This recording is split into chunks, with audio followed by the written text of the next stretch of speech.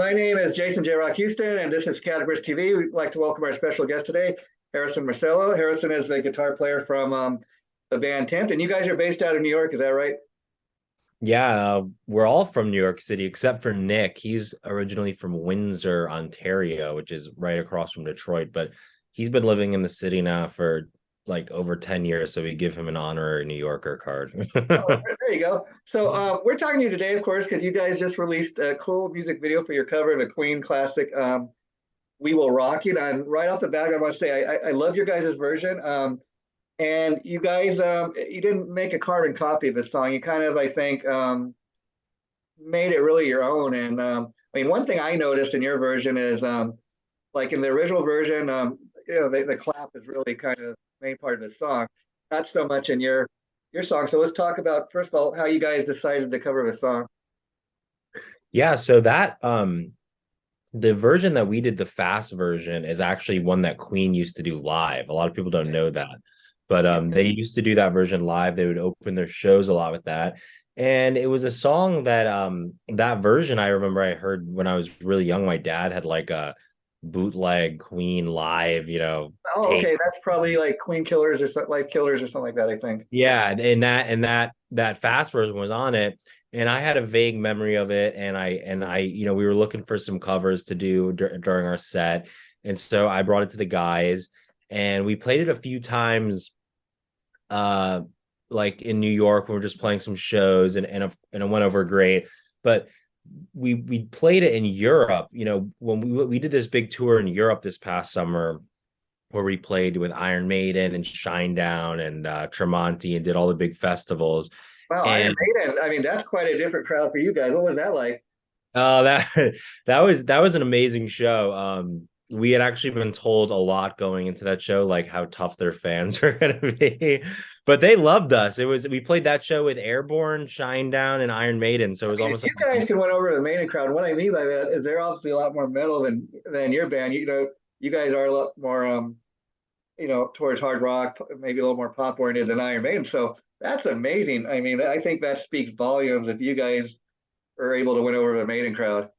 yeah, no. So yeah, we did and they loved us and yeah, I mean when we did that tour, we played in front of a whole bunch of different crowds and we had such a great reception. And part of that was, we decided to close our set with "We Will Rock You," this fast version, but it wasn't every show. Like we'd only planned to close it, for some of our with that song for some of our longer sets. But we played our first show in Germany at Rockham Park, and we closed with that, and people just went nuts to it. Mm. And when we came backstage after that show, I said, we should do this every show. And so we Yeah. ended up closing every show on the tour with "We Will Rock You." And the reaction and the enthusiasm we got, especially for that track and closing it, was just so amazing. We decided after the tour, okay, let's go into the studio and do a studio version of this, and it will and do a tribute to the fans, which is what the music video is our own footage plus a lot of footage, what we thousands of hours of video and photos that we found on social media from people who took videos. So we just said, let's just make this a tribute to the fans and do a real version of this. And so it kind of just came about organically like that. Yeah, you're a little younger than me, so I don't know if you're aware of this, but when "We Will Rock You" was originally released in 1980, it was released as a double single with "We Are the Champions," and I don't know if you're aware of this, but not just in England where Queen is from, but all around the world. Um, Both those songs became huge sports anthems. Like they're constantly, even today, still played, at sporting events and stuff. Mm. Yeah. Yeah, I mean it's a huge song, and I think we wanted to do that fast version because it's a song that a lot of people don't know, and I think it's just a really cool version of that, to take it up to that high speed and make it super rock and fast. Yeah. And what's funny is I'm gonna have to go back and check that out. I wasn't aware of it, like you said on the live album, that they did a little faster version, and that we're constantly used to hearing the original, studio version. But I like the fact that you made your song even based off of that because it's a little different from what everybody's um, used to. And as I'm watching the music video, I tell you that the speed of the track and everything, it just kind of it all fits together. And so let's talk about the video itself. was that shot at one concert? Or did you take footage from different shows? Yeah, no, so that was from every there's footage from every show we did on that tour there. Like I said, a lot of it is footage that we got ourselves that we recorded, but a lot of it was also fan footage that we, would scour social media after a show Yeah. and look, oh, who's tagging us in this and he's tagging us that. So it's a lot of fan footage as well.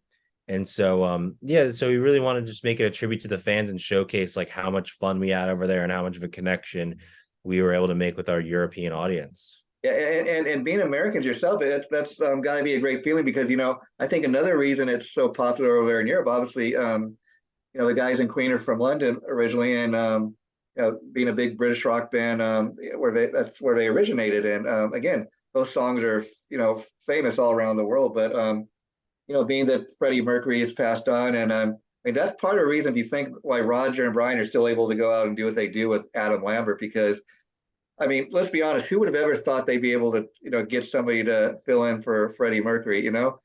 But Yeah. those songs I think are so special, so strong to so many of our lives, the soundtrack to our lives. That's part of the reason they're able to do that. Totally. Yeah. I mean, yeah, they're not only an international band, but I mean that song in particular, like you said, is I mean, everyone knows that song. There's not one audience we haven't ended our set with that song to where they where they haven't known what we were playing.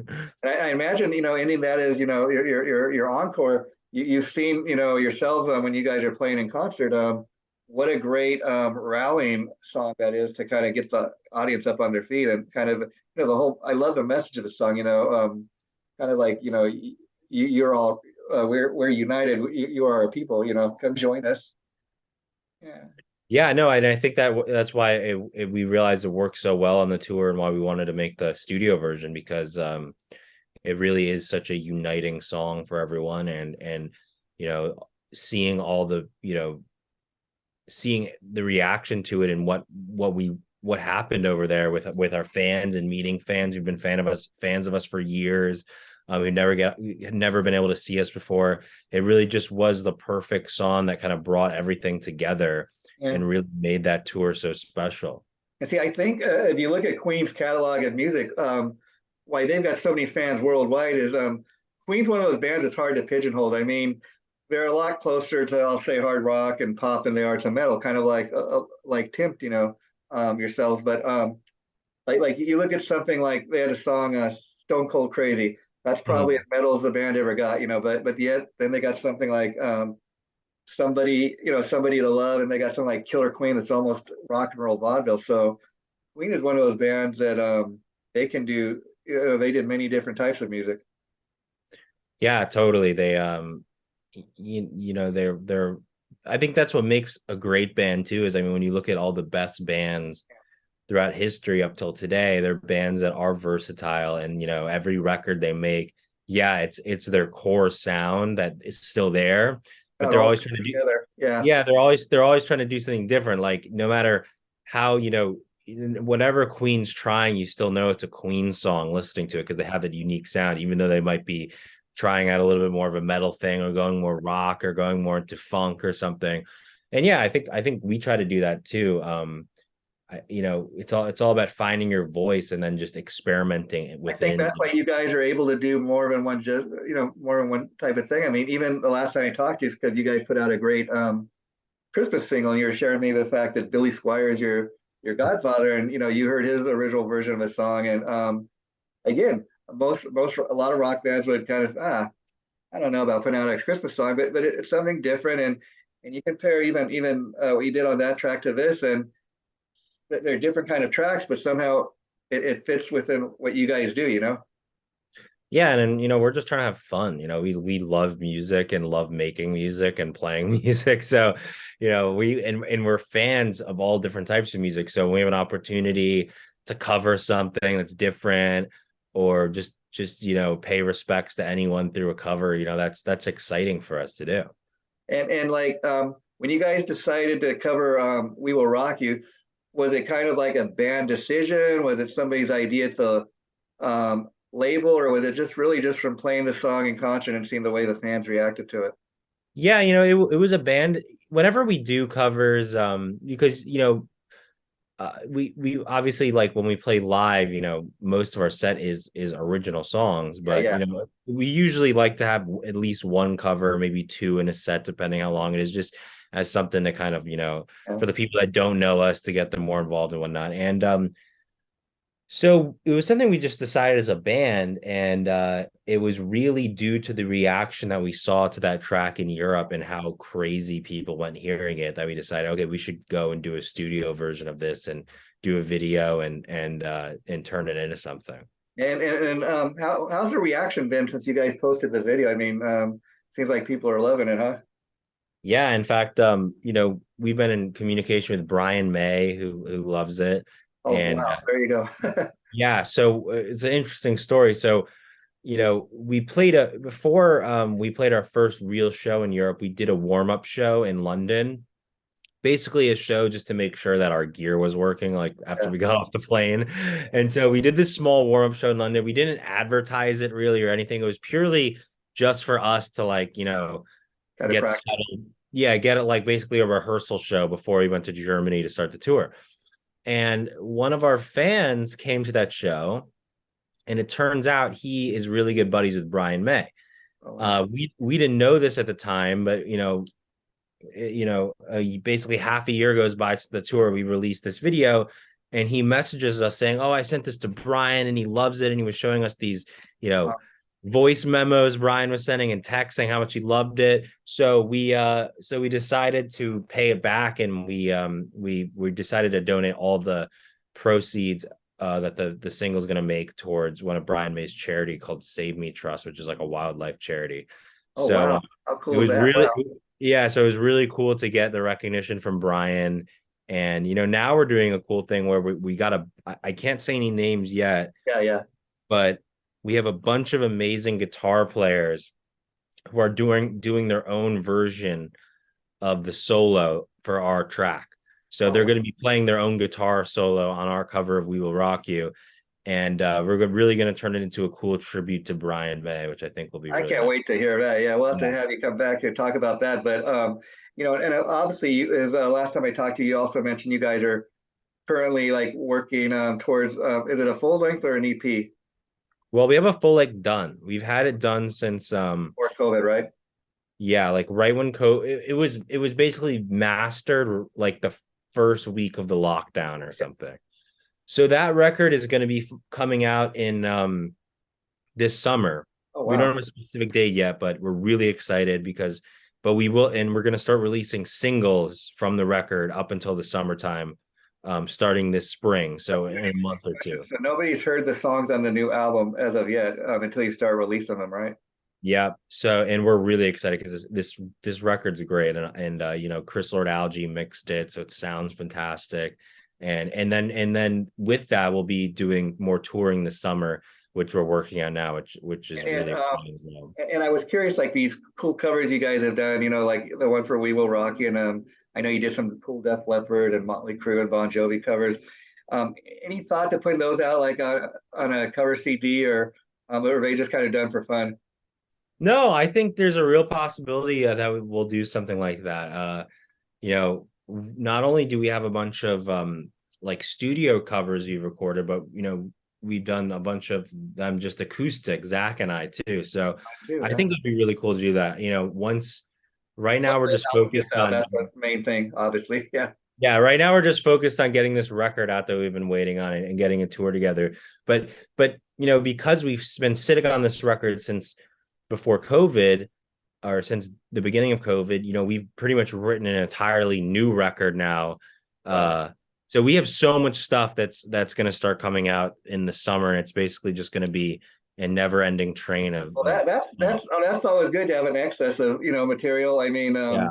if anything that COVID did, I guess gave you more time to hone your craft and work on the tunes. And Yeah, totally. We have so many songs now. So, we have this record that's coming out, and we pretty much have finished another one in the meantime. So, I know our fans have been frustrated with the wait, but there's so much stuff that's going to be coming. I'm really see, excited. you guys are in a unique position because you're such a young band and you got all this material and stuff. I mean, it's an interesting position to be because a lot of bands have the thought, well, why do you cover songs? We want to write our own tune, and of course that's where the money is. But I think you guys write great original tunes, and you're in a position where for fun you can do these cover tunes, and and throw them out there, and give people something like just in the meantime.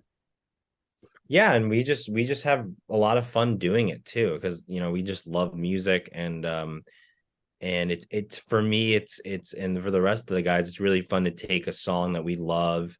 We, like you mentioned, we've done a bunch of kind of classic rock stuff. We've also done a bunch of modern stuff, like we've done rock versions of Taylor Swift songs and stuff like that. I got to check that out. I haven't heard that, but that'd be Yeah, cool. we've done Taylor Swift, we've done The Weeknd. So it's just fun for us to do, and like you said, there's a lot of downtime for everyone during COVID. I mean, the entire world shut down. So along with writing original stuff, it gave us something that we could do and put out to the fans, and just have fun with. Like I was interviewing this girl the other day. Her name, she goes by the name of Jay Lynn, and her band is called Violution, where she's a violinist and she plays this instrument. It's kind of a combination of the guitar and violin. And she does great original music, and she does cover tunes like you guys. Like she did a great cover of November Rain. Um, she covered a Metallica song, all in the violin, and that's not something you typically see. And I love it for that fact alone. It's kind of bringing classical music and metal and colliding, and kind of bringing those two audiences together. Yeah, totally. And I think people want to hear stuff like that. Really famous songs, we hear them the same way over and over again, and it's Even cool. like Taylor Swift. I mean, that's not something I typically have in my collection, but at the same time, I'm going to go check out your version of it later, just for a simple fact that who knows, if you do a little more rocked up version of a Taylor Swift song, I might realize, hey, that's a pretty cool sounding tune the way they did it. Yeah, we did two of her songs, and both of them make really good rock songs, actually. And then I think, excuse me for asking about this again, but I think last time I talked to you, we were also talking about the fact that you guys did a great cover of Bon Jovi's "Born to Be My Baby" off their '88 album, New Jersey.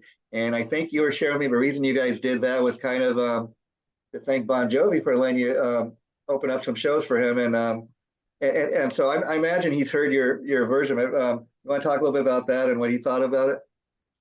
Yeah, so actually I'm not sure if he's heard our version of that. What Okay, happened was we got the opportunity to open for him at Madison Square Garden, which was really amazing. And not only is that our hometown big arena, but it's really one of the most famous arenas in the entire sure, world. sure. Yeah, So we got the opportunity to do that, which was great. And Bon Jovi is an amazing he's musician, songwriter, everything. I mean, he's like the yeah, he can do everything, and he was so amazing to work with there. um he told us a funny story because they gave us a 20-minute set, pretty uh-huh. short to open for him. And he said, I gave you a 20-minute set, because we got to talk to him backstage before the Yeah. show. And we said, no, why? And he said, well, when I was your guys' age, I opened for ZZ Top at Madison Square Garden, and we were given a 30-minute opening slot, but we were so nervous we played the entire set in 20 minutes. Wow, wow, wow. But then after we did that, which was obviously amazing, he then invited us to do his cruise, Oh, which wow. was in 2019. So we got to do the Bon Jovi cruise. And so that cover for us was just kind of like a thank you. Yeah, yeah, that's a cool. See, that's what I love about that part of the story that you were telling me, because I think it's so cool that hey, we want to show you our love and our thank you. We appreciate everything you've done, and kind of a nod to him. And I got to tell you, the fact that you guys are so young, and I don't know how you were even around back then, but I remember the original version in 1988 when Bon Jovi released that song, and watching the video. You guys just you captured with the vibe. I mean, I look at that video, it's almost like I'm looking at the Bon Jovi video. Well, thank you. Yeah, I've always loved that song, and that's a really fun song. We played that song live on the Bon Jovi cruise, and it was really In fun. fact, I was just reading the other day that supposedly John is in talks with Richie to bring him back to the band. Wouldn't that be cool? I've heard that. Yeah, I think that would I think that'd make a lot of people happy because people have been wanting that for a while now. Finally giving the fans what they want. But again, I tip my hat to John because you would have thought when Richie Sambora left, they were kind of the core of the band, but he's been able to carry it on with Tico and Dave and the other guys, and so. But I think it would be cool if Richie could come back. Oh, totally. I mean, I like John is amazing and stuff, and it's great to see him play, but it's really not Bon Jovi without Richie. I mean, Yeah, he's such a his voice alone on the harmonies is like one of the best yeah, parts for of sure. those tracks. So yeah, that would be really fun. And so Harrison, how involved are you with like? Because another thing I noticed about your band, Tempt, you guys got like great harmony vocals. How involved are you with the background, vocals? Yeah, so I sing on everything that's backgrounds, and so does the rest of the band. And Zach and I together, work out a lot of the harmonies together and things like that because I love backing That's vocals. another like Queen-like thing about the band. I mean, I think everybody in Queens sang except for John Deacon, the bass player, and Yeah, yeah, like yeah, even like Somebody to Love, they got that great. They always had that great back, or even Bohemian Rhapsody, they always had those great background vocals. yeah. I've always loved using background vocals in big harmonies. In fact, my band members always have to tell me maybe we shouldn't do a huge background because it's too much. I'm always the one saying no, put more background vocals on. Yeah, I mean, it's fun, especially like you listen to the records and you have more than one guy singing. I mean, even it's amazing to go and listen to the early Van Halen albums with David Lee Roth. Um, and you kind of realize Michael Anthony, the bass player, he was the background vocal sound of that band. That falsetto high harmonies he did It's are the whole like the best thing. part. Yeah, yeah. Yeah, Um, totally. and then I'm assuming that everybody in the band is involved with the writing, or does the singer write most of the stuff? No, we're all pretty much involved in the writing. And it's very loose with how we do it. So I might just write a song entirely on my own, or I might just have a guitar riff and then Zach might come up with a melody for that. Or I might have a melody and then Nick, our drummer, might come up with a guitar riff because everyone is always kind of messing around. Or I might come up with a drum part or something or lyrics. So we're very loose with how we do it, and we just really want the best. So someone comes up with a great song, it's like, yeah, let's do that. Or if someone comes up with a good riff or a melody, oh yeah, we should do that. I mean, in the record that's coming out, I mean, some of the guitar riffs were written by our drummer. So, Yeah, and some of the drum parts were written by me. So we're collaborative. very easy going with that. And it's really fun because we can just get in a room together and just come up with stuff and there's no pressure at all from anyone. And it's Do great. you fear that in the future you guys will ever get competitive with one another? Like, why is this guy got all the songs on the album, or you think it'll stay like this? I mean, obviously I hope that doesn't Yeah, happen. yeah, yeah. The great, I feel so lucky because we really just have such a good group of guys in the band. Everyone's super talented, everyone's really down to earth, everyone's smart. So, I'm hoping that, stuff like that will never happen. And I don't really see it happening. I mean, there's never been an issue with that. Um, And so I'm assuming you guys like split the publishing and all that.